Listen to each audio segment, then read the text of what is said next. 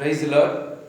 ஆண்டவரும் இரட்சகருமாய் இருக்கிற இயேசு கிறிஸ்துவின் நாமத்தினாலே அனுதின வாழ்வின் மன்னாவின் நிகழ்ச்சிக்கு உங்கள் அன்புடன் வரவேற்கிறேன்.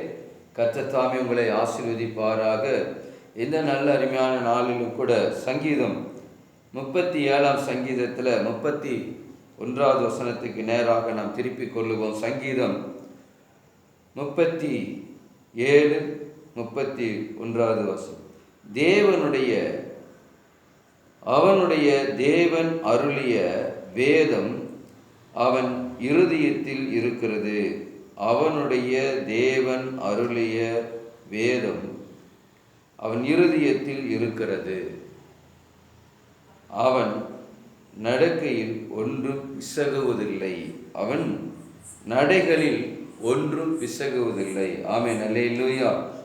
நல்ல அருமையான நாளிலும் கூட வேதம் இப்படி சொல்லுகிறது. ஆமென், அல்லேலூயா. அவனுடைய தேவன் அருளிய வேதம் அவன் இருதயத்தில் இருக்கிறது. எனக்கு அருமையான தேவ ஜனமே, கர்த்தருடைய பிள்ளைகளே, இதை பார்த்து கொண்டு கேட்டுக்கொண்டிருக்கிறவர்களே, தேவன் உங்களுக்கென்று அருளப்பட்டிருக்கிற வேதம் உங்கள் இருதயத்தில் இருக்குதா என்கிறதை சற்று யோசித்து பாருங்க. ஆமென், அல்லேலூயா. வேதம் இப்படியாக சொல்லுகிறது. சங்கீதம் 1ஆம் சங்கீதத்தில் 2வது வசனத்துக்கு நேராக அப்படி சொல்லப்படுது. திருப்பி கொள்ளுங்க. கர்த்தருடைய வேதத்தில் பிரியமாயிருந்து இரவும் பகலும் அவருடைய வேதத்தில் தியானமாக இருக்கிற மனுஷன் பாக்கியவான். நீங்கள் நல்லா கவனிங்க. கர்த்தருடைய வேதத்தில் பிரியமாயிருந்து கர்த்தருடைய வேதத்தை நேசிக்கணும். கர்த்தர் நமக்கு அருளின அந்த வேதாகத்தை நேசிக்க கற்றுக்கணும். அது மேல் அன்பு செலுத்தணும். ஆமென், அல்லேலூயா. அப்பொழுதுதான் அது நமக்கு செயல்படும். அப்போ அதை மேல பிரியமாயிருந்து இரவும் பகலும் அவருடைய வேதத்தை என்னமா தியானம் செய்கிற மனுஷன் பாக்கியவான்.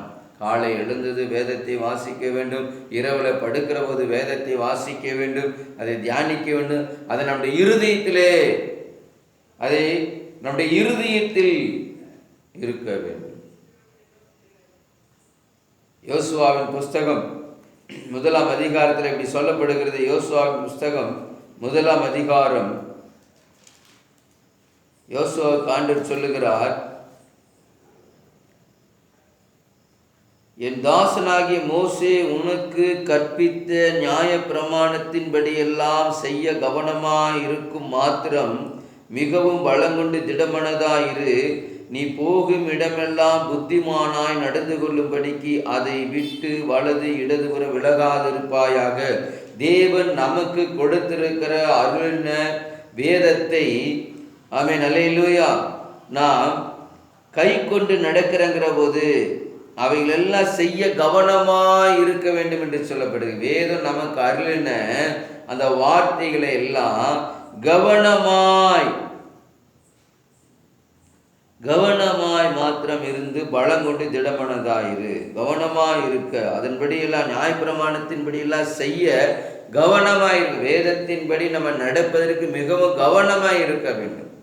வேதம் அதில் சொல்லுது, அதிலிருந்து வலது இடது ஒரு விலகாதிருப்பாயாக. அதனால அங்கே சொல்லுது, அவன் நடைகள் ஒன்றும் பிசகவில்லை. அப்போ ஒரு மனிதனுடைய நடைகள் பிசகாம சறுக்காம நாம் கிறிஸ்துவ வாழ்க்கையிலே பயணம் செய்ய வேண்டும் என்றால் தேவன் நமக்கு அருளின வேதம் நம்ம இருதயத்தில் இருக்க வேண்டும். எஸ்ராவின் புஸ்தகம் வேதம் இப்படியாக சொல்லுகிறது. எஸ்ராவின் புஸ்தகம்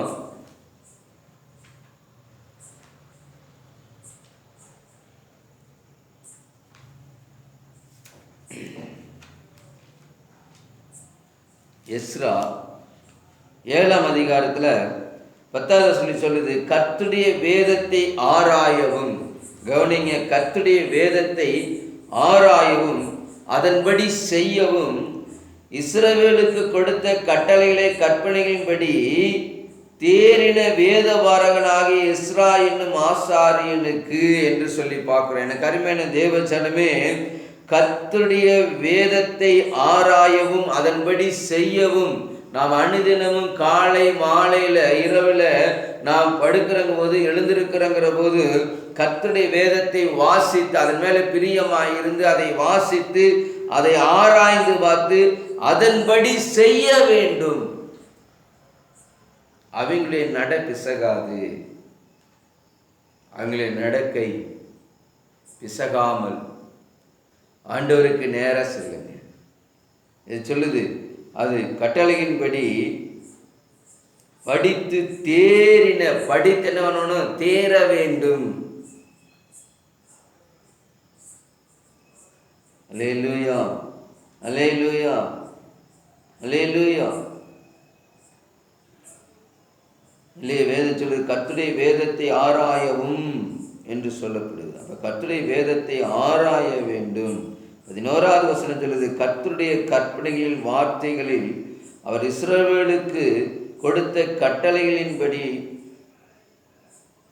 கட்டளைகளின்படி தேறி வேதவாரகன் என்று சொல்லி பார்க்கிறோம். ஆமென். அல்லேலூயா, அல்லேலூயா, அல்லேலூயா. 10வது வசனம் சொல்லுது, கர்த்தருடைய வேதத்தை ஆராய்ந்து அதன்படி செய்யவும் இஸ்ரவேலின் கட்டளைகளின் நியாயங்களையும் உபதேசிக்கும் எஸ்ரா தன் இருதயத்தை பக்குவப்படுத்தி இருந்தான் என்று சொல்லி பார்க்கிறோம். தன் இருதயத்தை பக்குவப்படுத்தி இருந்தான். எனக்கு அருமையான தேவஜனமே, கர்த்தருடைய பிள்ளைகளே, நாம் வேதத்தை வாசிக்கிறது மட்டுமல்ல, வேதத்தை நேசித்து அதை வாசித்து அதை இருதயத்தில் பக்குவப்படுத்தி வைக்க வேண்டும். ஆமென். அல்லேலூயா, அல்லேலூயா. இருதயத்தில் அந்த பொக்கிஷத்தை சேர்த்து வைக்கிறவர்களாக இருக்க வேண்டும்.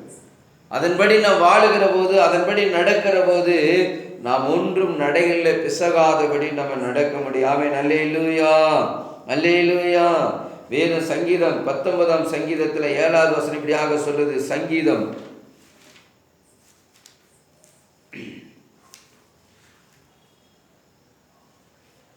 சங்கீதம் 19:7,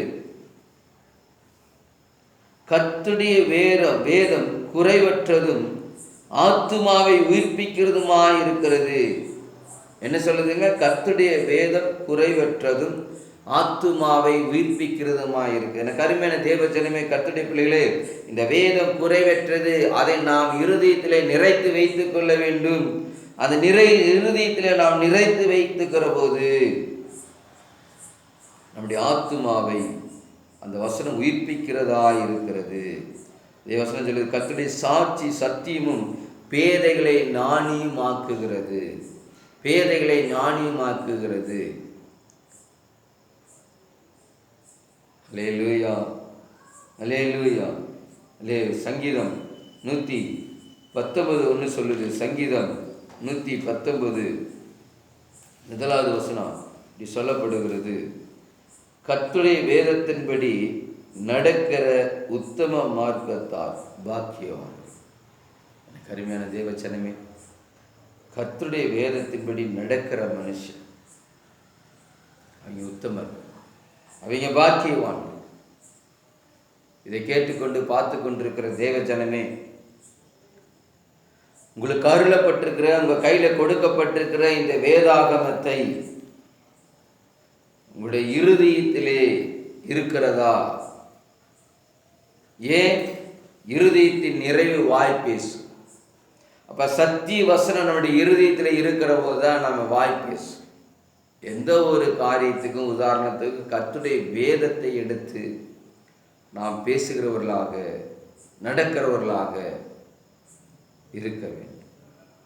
ஒருவேளை இது நாள் வரைக்கும் உங்களுக்கு அப்படி ஒரு பழக்கம் இல்லை, நான் காலையிலையும் இரவுலையும் நான் வேதம் வாசிக்கல, வேதத்தை எடுக்கிறதே இல்லை,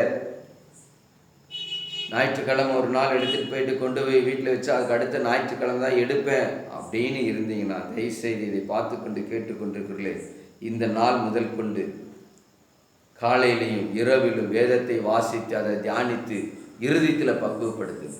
உங்கள் நட பிசகாமல் இருக்கும், உங்கள் வாழ்க்கை பிசகாமல் இருக்கும். வலது கூட இடது கூட சாயாமல் கர்த்தருக்கு நேராக உங்களால் பயணம் செய்ய முடியும். பரலோக ராஜ்யத்துக்கு நேராக உங்களை பயணம் செய்ய முடியும். அதனால் எனக்கு அருமையான தேவஜனமே, இந்த நாளில் ஒரு பொருத்தனை பண்ணுங்க. இனி நான் காலையிலும் இரவிலும் வேதத்தை வாசிப்பேன், வேதத்தை நேசிப்பேன், வேதத்தை வாசிக்காமல் வெளியே போக மாட்டேன், வேதத்தை வாசிக்காமல் தூங்க மாட்டேங்கிற ஒரு உடன்படிக்கை பண்ணுங்க. கர்த்தர் நிச்சயம் உங்களை ஆசீர்வதிப்பார். தேங்க்யூ. God bless you. கர்த்தர் தாம் உங்களை ஆசீர்வதிப்பார்.